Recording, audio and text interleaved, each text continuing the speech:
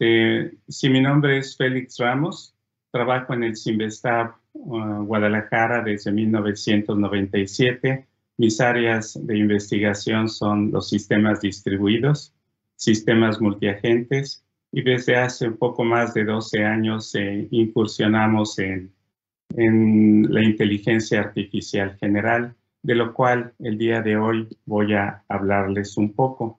Esta es la agenda que voy a seguir para esta exposición, una breve historia muy personal de la inteligencia artificial, las taxonomías, dar algunas ideas de lo que es la inteligencia artificial particular, la inteligencia artificial general y lo que estamos haciendo en el Cinvestav con respecto a la inteligencia artificial general. Muy brevemente, en la antigüedad ya los filósofos tenían la idea de la existencia anterior o futura de entidades artificiales. Ya se vislumbraba que el ser humano estaba buscando tener una contraparte y eso pues en entidades no biológicas inteligentes o que exhibieran un comportamiento inteligente. En 1921, Karel Čapek, un escritor checo, publica su obra de ciencia ficción Rozum Universal Robots, donde describe un poco fábricas donde se generaban gente,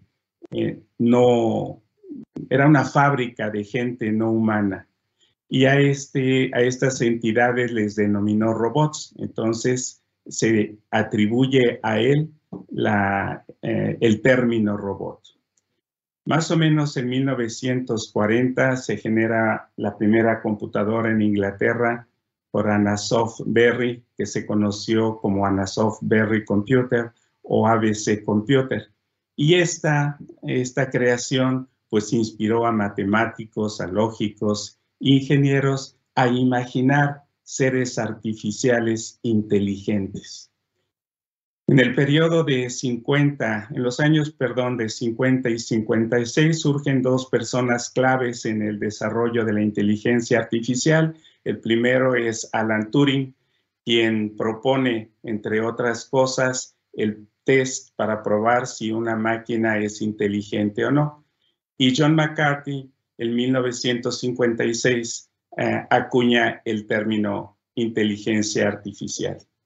En los años 1960-1990, en este periodo ocurren varios hechos, principalmente en las áreas de robot y de software. Se pone el primer robot en una línea de manufactura por General Motors que se llamó Unimate.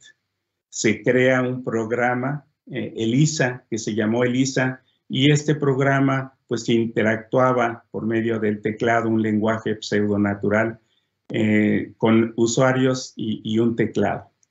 Muchos de los usuarios de este programa creían y estaban convencidos que del otro lado de la pantalla había otro humano con el cual estaban conversando. Surge también el primer robot antropomórfico y pues en las pantallas grandes se estrena la película de la Guerra de las Estrellas, donde está poblado de pues varios tipos de robots. También en este periodo ocurre algo que no es tan bueno, el desencanto en la inteligencia artificial. La inteligencia artificial antes de los 80 había prometido pues grandes avances y ser un gran apoyo para el ser humano. No se lograron estos objetivos y decayó un poco el interés en la inteligencia artificial. Sin embargo, siguieron las investigaciones y es en este periodo de 60 a 90 donde surgen las redes neuronales artificiales y pues empiezan los robots comerciales. Ya de los años 2000 en adelante, pues tenemos que Honda nos presenta su robot Asimov, que pues reconoce rostros, que puede caminar, que puede hasta correr. Muchas características similares a los del humano. También surge la exploración de Marte por medio de robots autónomos. Apple presenta su programa Siri, que es un ayudante con el cual pues, nosotros se nos facilita el uso de los sistemas de cómputo y también se generan los datasets y continúa evolucionando las redes neuronales. Tenemos las redes neuronales profundas, bueno, todas las redes neuronales que nos hablaron el día de ayer. Y algo interesante, Sofía, que es un robot, es el primer robot que tiene una ciudadanía. Y pues también Alibaba, uno de los programas de una compañía china, se dice que le gana al ser humano en velocidad de lectura y además de comprensión. Entonces les digo, esto es una breve historia muy personal de lo que es la inteligencia artificial.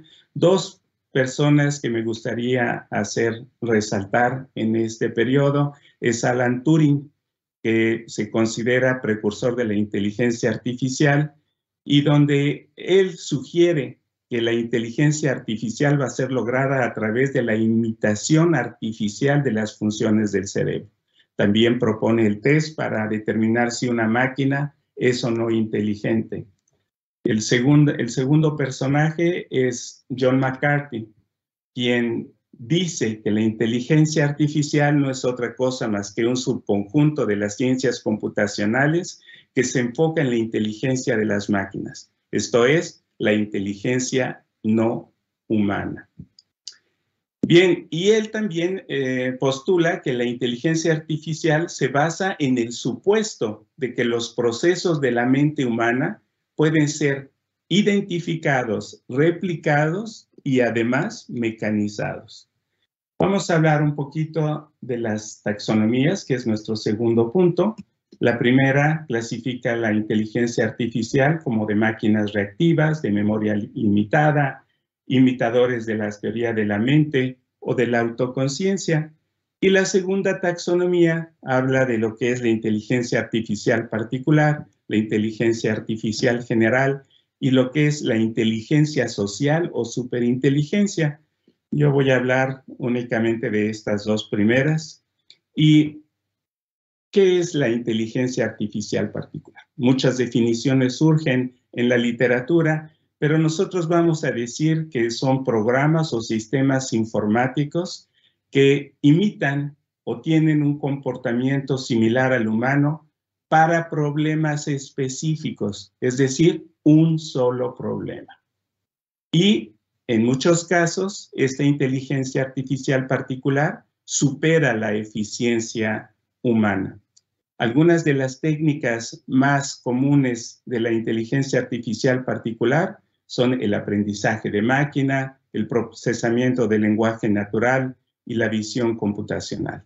Entonces, estos sistemas nos permiten generar sistemas de toma de decisiones, de planeación, de clasificación y en algunos casos hasta competidores de juegos y pues ya sabemos las historias de que varias computadoras ya vencen a nuestros campeones humanos.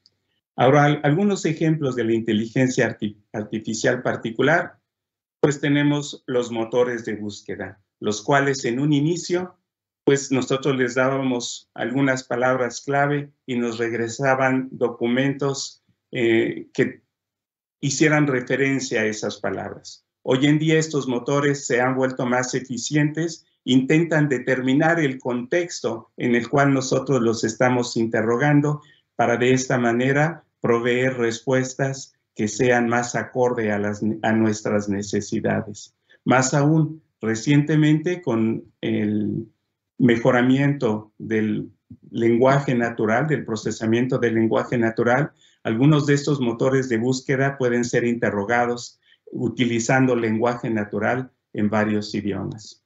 Otro ejemplo es el diagnóstico de enfermedades.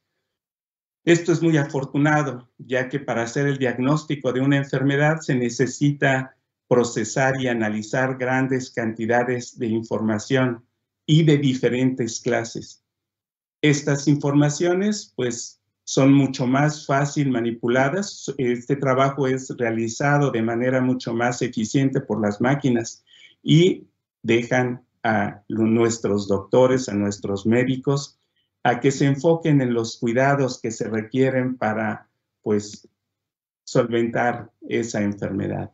Otro ejemplo son los sistemas de recomendación, donde tenemos actualmente Amazon que nos dice qué comprar, Spotify qué escuchar, o Netflix, por ejemplo, qué ver. Estos sistemas de recomendación pues se basan en información que nosotros mismos de manera inadvertida les damos a estos sistemas. Otro sistema es el sistema de reconocimiento facial. Tenemos aquí un rostro que es reconocido por un dispositivo electrónico y una base que contiene miles o quizás millones de rostros con sus identificaciones, con la información que conllevan esos rostros. La máquina, de manera eficiente, muchísimo más rápido que el humano, puede identificar a una persona. Pero quizás lo más interesante de estas tecnologías es lo que se está haciendo con esto. Por ejemplo, en el sistemas de reconocimiento facial, en algunos comercios en China, ya no es necesario llevar ni dinero ni tarjetas de crédito. Ustedes simplemente escogen la mercancía que van a adquirir y al final, a la salida, una máquina toma su rostro, los identifica y hace el cargo automáticamente a su cuenta. Ahora, pasando al siguiente punto, lo que es la inteligencia artificial general. Bueno, ¿y qué es eso? ¿Qué es eso de inteligencia artificial general? Bueno, la inteligencia artificial general se refiere a la habilidad que tendrán las máquinas para realizar actividades de manera similar a la humana. Y cuando digo tendrán, es porque hoy en día esta área es una área de investigación. Ya en la exposición anterior estamos viendo el tipo de problemas que estamos queriendo resolver y el tipo de inteligencia que se requiere para resolver ese tipo de problemas. Entonces, tendrán, hoy en día no tenemos una máquina con inteligencia artificial general. Ahora es general porque decimos que la misma inteligencia artificial debería de ser aplicable a diferentes conjuntos de tareas. Lo mismo que nosotros humanos. No necesitamos una inteligencia artificial para jugar básquetbol, otra inteligencia artificial para jugar fútbol, otra inteligencia artificial para programar, otra para diagnosticar. No, es la misma inteligencia, nuestra inteligencia, la que estamos empleando en diferentes tareas. Pero además, ¿qué más tendrá esta inteligencia artificial? Pues podrá realizar tareas como inferir cosas de las cosas que aprende, imaginar soluciones si es que no ha aprendido algunas cosas. ¿Qué más? Bueno, pues los sistemas con inteligencia artificial general deberán de ser capaces de interpretar funciones basadas en su forma de percibir el contexto. Esto es, yo voy a interactuar con una pluma o con un libro o con otra persona y esta inteligencia artificial, con su forma de interactuar, deberá de inferir funcionalidades de los dispositivos o de los objetos con los que interactúe. De ahí un poco la siguiente inteligencia en esta taxonomía de la superinteligencia. Una máquina no está limitada a tener los sentidos que tiene el humano. Nosotros podemos ponerle todos los sensores de todos los tipos que se nos ocurra y de esa manera pudiera ser una máquina mucho más eficiente para tareas generales quizás que el ser humano. Ahora, bien, ¿en qué se basa? ¿Cuáles son los fundamentos de la inteligencia artificial general? Bueno, la inteligencia artificial general es una área de investigación multidisciplinar y transdisciplinar. se saca conocimiento de la filosofía y las matemáticas para cómo podemos percibir nuestro ambiente y cómo podemos modelarlo. De las ciencias computacionales ya tenemos un modelo, ahora cómo pudiéramos implementarlo. De la psicología tenemos, la psicología se encarga de estudiar el comportamiento del ser humano. ¿Cómo pudiéramos pasar ese comportamiento a un sistema informático? O bien de las neurociencias, donde ellos especifican para cada región de nuestro cerebro qué función, qué procesamiento hacen, y todo ese conjunto de funciones trabajando de una manera armoniosa generan lo que nosotros estamos buscando, que es la inteligencia artificial general. Ahora, ¿cuáles son las áreas de aplicación? Pues ustedes díganme una y díganme si su inteligencia puede ser aplicada en esa área. Y ese es el límite de una inteligencia artificial general. Ahora, nuestro último punto. ¿Qué estamos haciendo de inteligencia artificial general en el CIMVESTAB Guadalajara? Bueno, voy a comenzar haciendo o diciendo que Arturo Rosenbluth y Norbert Wiener fueron pioneros en el nacimiento de la cibernética en el mundo. Y Arturo Rosenbluth fue un fisiólogo mexicano, uno de los fundadores del CIMVESTAB. De hecho, fue el primer director del CIMVESTAB en la Ciudad de México. Y Norbert Wiener fue un gran matemático estadounidense. Y si fueron pioneros en el nacimiento de la cibernética, ya desde ese entonces estaba viendo la necesidad de una multidisciplinariedad para la cibernética, para la computación, para las ciencias computacionales. Ahora, antes de describir lo que estamos haciendo en el CIMVESTAB de la inteligencia artificial general, algunas definiciones que considero muy importantes. ¿Qué son las ciencias cognitivas o epistemología?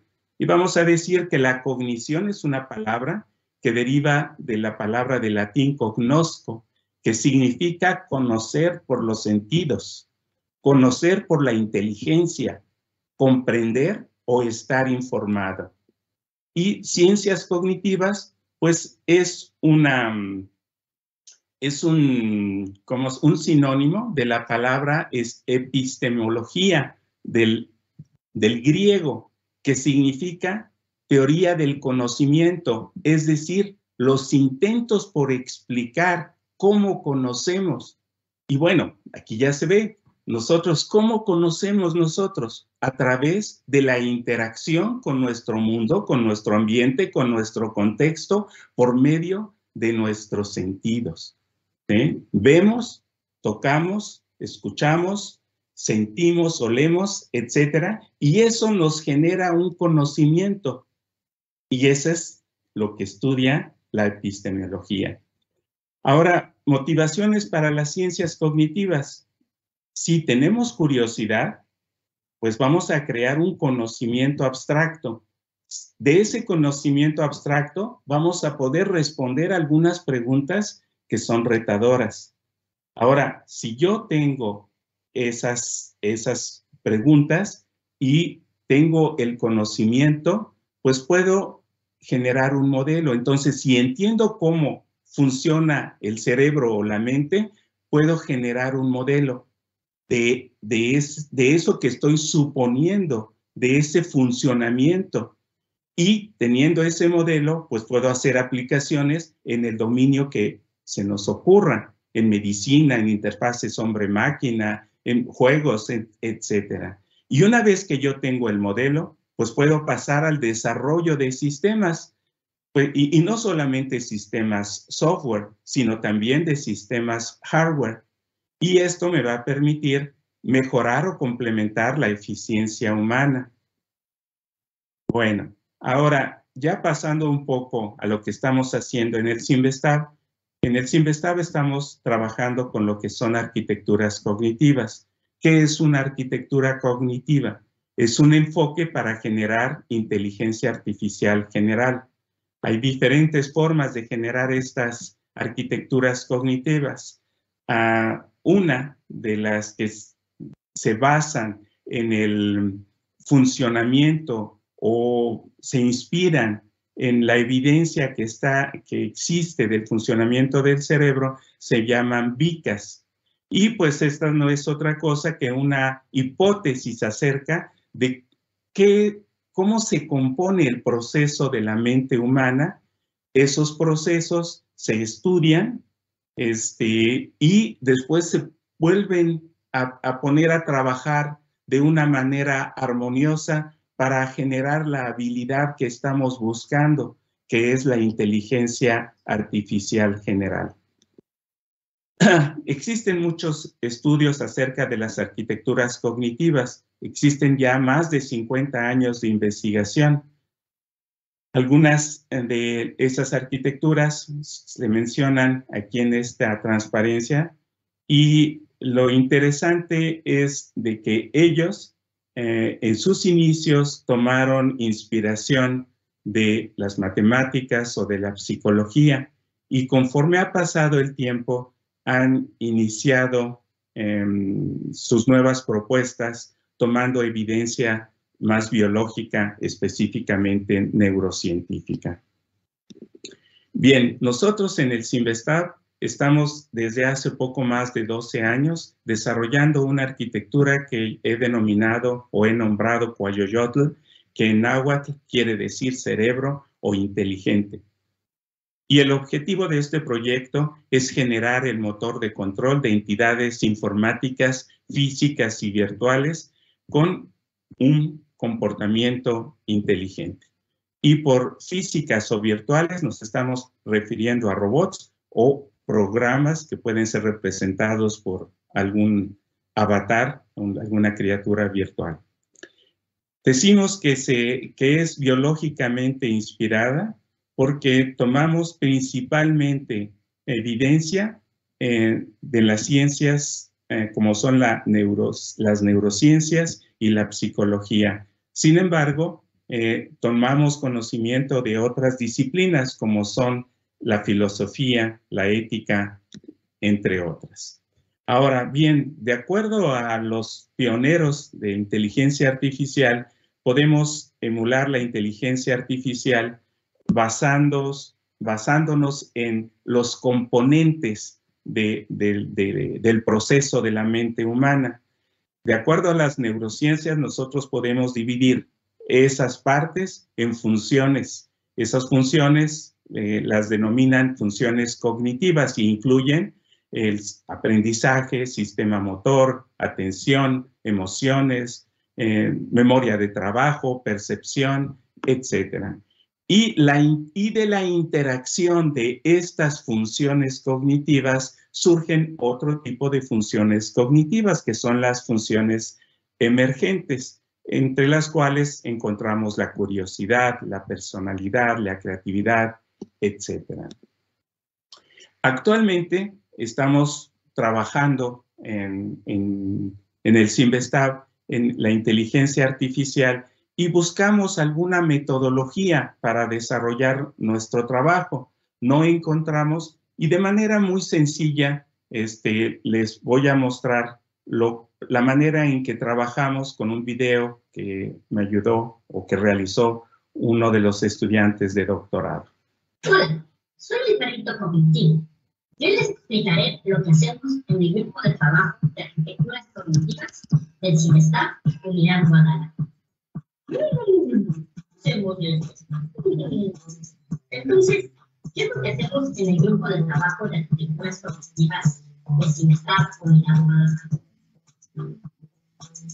En el grupo de arquitecturas cognitivas del CIMBESTAB Unidad Guadalajara, investigamos el cerebro, la forma en la que está conectado, el funcionamiento de las diferentes áreas y los mecanismos utilizados para comunicarse. Luego, elaboramos una pieza de software que nos permita confirmar o refutar nuestros modelos. Para llevar a cabo lo anterior, pedimos a personas comunes, esto es, sin ningún tipo de discapacidad intelectual ni de uso de sustancias, que realicen una serie de experimentos. Y después se le pide a un agente virtual cargado con nuestro modelo que lleve a cabo las mismas tareas. Acto seguido, contrastamos los resultados de nuestro modelo con los de los humanos y los expresamos en forma de matriz, donde amarillo significa que el comportamiento es muy parecido y azul que el comportamiento no se parece mucho. Finalmente, el modelo propuesto es aceptado o refutado, dependiendo de las pruebas a las que fue sometido. En el grupo de arquitecturas cognitivas del CIMESTAB Unidad Guadalajara, nuestro objetivo final es descubrir procesos que nos ayudan a modelar la mente humana y de esta forma poder dotar a las máquinas de un comportamiento más humano.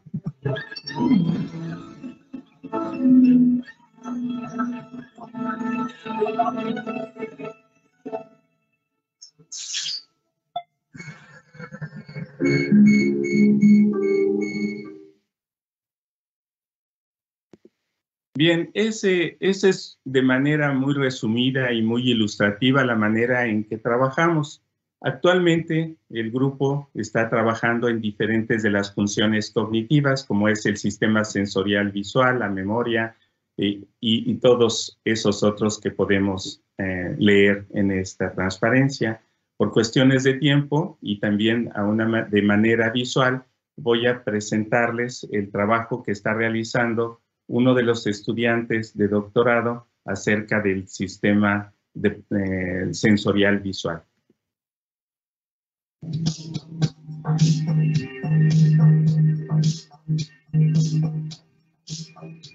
El ser humano es capaz de transformar los estímulos visuales provenientes del ambiente para crear una representación interna del entorno. Desde los fotorreceptores que se encuentran en la retina, la información luminosa es transformada en señales eléctricas, y estas señales son enviadas al cerebro. La información llega a la corteza visual y después viaja por dos vías de procesamiento: la vía ventral, que procesa la forma, y la vía dorsal, que procesa el movimiento.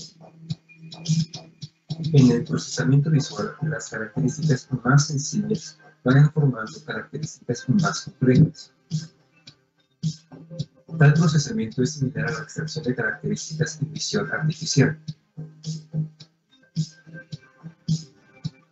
La información extraída es de utilidad para otras funciones cognitivas.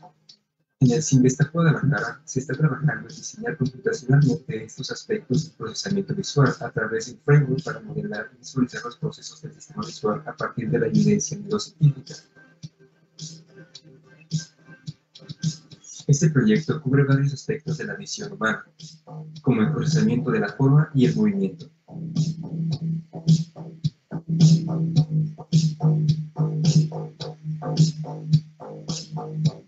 Este sistema provee de información visual a diversas funciones de una arquitectura cognitiva. Así, un agente virtual tendrá una gran variedad de información visual y podrá acercarse a tener un comportamiento similar al humano. Este es un trabajo de doctorado desarrollado por Luis Adrián Parra, egresado del Instituto Tecnológico de Tepic. Además de este proyecto, muchos trabajos interesantes son desarrollados en CIMESTAB Guadalajara, una institución con nivel de competencia internacional. Para más información, contáctenos. Bueno, pues por mi parte, nada más me queda pues invitarte a que te unas a nuestro grupo de ciencias computacionales en el CIMESTAB Guadalajara. Requerimos gente talentosa, con ingenio, con deseos de trabajar en áreas multidisciplinarias. Algunos de los temas que tenemos disponibles, pues están estos que ya mencioné durante la presentación, pero también aplicaciones para la arquitectura cognitiva. Hoy en día existen 2 estudiantes de doctorado que están pues siendo pioneros en la aplicación de esta tecnología en problemas de seguridad urbana.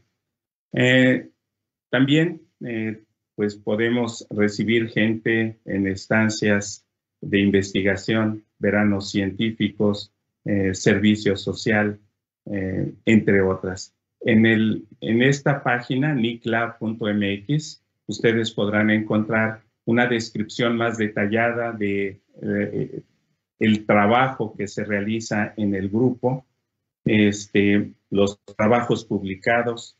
Y bueno, nada más quisiera terminar diciendo que este trabajo no lo realizo yo solo. Hay un grupo de investigadores en México y también en otros países con los cuales colaboramos muy estrechamente, principalmente con Brasil, con Francia y con Canadá. Bueno, por mi parte es todo. Doctor Arturo o doctor Mario, yo concluyo con esto mi presentación. Muchas gracias y cualquier duda en este correo o por el Facebook pudiera con gusto darles respuesta a cualquier duda o inquietud que tuvieran. Gracias por su atención. Muchas gracias, doctor Félix, por su presentación. Vamos a hacer un breve receso mientras hacemos el cambio de la sesión para